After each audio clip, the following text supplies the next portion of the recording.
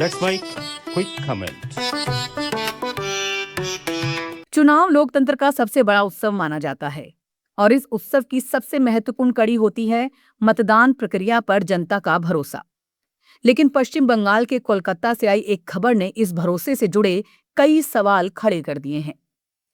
एक सरकारी इमारत में लगी भीषण आग में करीब 4,000 ईवीएम मशीनें जलकर नष्ट हो गईं। ये वही मशीनें थीं जिनका इस्तेमाल इसी साल हुए विधानसभा चुनाव में किया गया था। आग पर काबू पाने में लगभग 24 घंटे लगे, लेकिन अब जो सवाल उठ रहे हैं उन पर काबू पाना शायद इतना आसान नहीं होगा। क्या ये सिर्फ एक हादसा था? क्या ये प्रशासनिक लापरवाही का मामला है, या फिर जैसा कुछ राजनीतिक दल दावा कर रहे हैं, इसके पीछे कोई बड़ी साजिश छिपी है?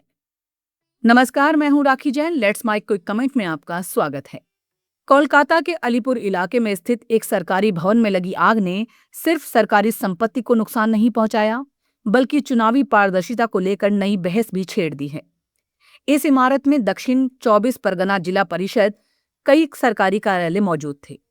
आग में लगभग 4,000 ईवीएम मशीनें नष्ट हो गई, जिनका इस्तेमाल हाल के विधानसभा चुनाव में किया गया था। यहीं से मामला राजनीतिक हो गया। तृणमूल कांग्रेस ने सीधे चुनाव आयोग से सवाल पूछे हैं। पार्टी का कहना है कि ईवीएम और सीसीटीवी फुटेज को सुरक्षित रखने को लेकर पहले अदालत का दरवाजा खटखटाया गया था। फिर इतनी महत्वपूर्ण मशीनें ऐसी जगह क्यों रखी गईं जहां वो आग की चपेट में आ गईं? पार्टी ने सवाल उठाया है कि क्या ये केवल दुर्घटना थी या सबूत मिटाने की कोई कोशिश। दिलचस्प बात यह है कि सवाल सिर्फ विपक्ष नहीं उठा रहा। पश्चिम बंगाल सरकार के मंत्री कौशिक चौधरी ने भी कहा है कि आग सामान्य नहीं लगती और साजिश की संभावना से इनकार नहीं किया जा सकता। आग की प्रकृति ने भी कई सवाल पैदा किए हैं। शुरुआती जानकारी के मुताबिक आग दूसरी और तीसरी मंजिल पर दिखाई दी, लेकिन चौथी, पांचवी और छठी मंजिल को अपेक्षाकृत कम प्रभावित करते हुए सातवीं, आठवीं, नौवीं और 10वीं मंजिल तक पहुंच गई। ये पैटर्न जांच एजेंसियों के लिए भी पहेली बना हुआ है। यही वजह है कि पुलिस ने स्पेशल इन्वेस्टिगेशन टीम यानी एसआईटी का गठन किया है। फॉरेंसिक जांच भी शुरू हो चुकी है। ये पता लगाया जा रहा है कि आग शॉर्ट सर्किट से लगी, किसी तकनीकी खराबी से लगी, या फिर इसके पीछे कोई मानवीय हस्तक्षेप था। लेकिन इस पूरे विवाद का एक और महत्वपूर्ण पक्ष है। ईवीएम को लेकर भारत में पहले भी राजनीतिक विवाद होते रहे हैं। हर चुनाव के बाद किसी न किसी स्तर पर मशीनों की विश्वसनीयता को लेकर सवाल उठते रहे हैं। हालांकि चुनाव आयोग लगातार ये कहता रहा है कि ईवीएम पूरी तरह सुरक्षित और विश्वसनीय है। ऐसे में हजारों ईवीएम का एक साथ आग में नष्ट हो जाना स्वाभाविक रूप से लोगों की जिज्ञासा और आशंकाओं को बढ़ाता है।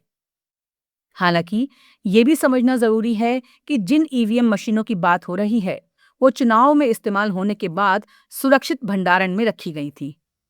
अभी तक ऐसा कोई आधिकारिक दावा नहीं है कि इन मशीनों से जुड़े चुनाव परिणाम प्रभावित हुए हैं या किसी प्रकार की छेड़छाड़ का प्रमाण मिला है।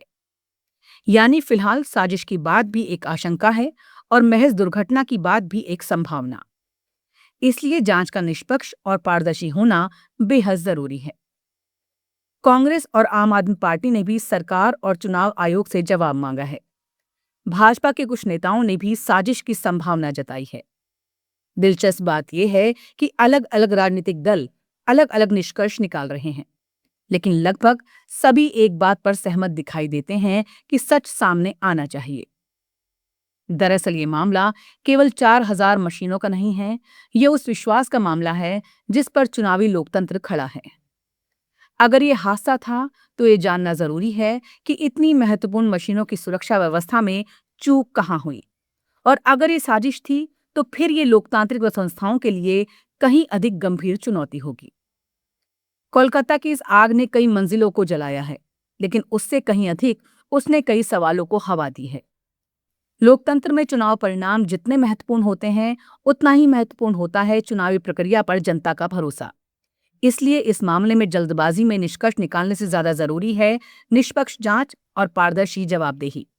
सवाल केवल ये नहीं है कि 4,000 ईवीएम कैसे जली, सवाल ये भी है कि क्या हमारी संस्थाएं जनता को ये भरोसा दिला पाएंगी कि सच चाहे जो भी हो उसे सामने जरूर लाया जाएगा। नमस्कार। आप सुन रहे थे let's mind more than radio. Follow कीजिए हमें हमारे सोशल मीडिया प्लेटफॉर्म्स पर।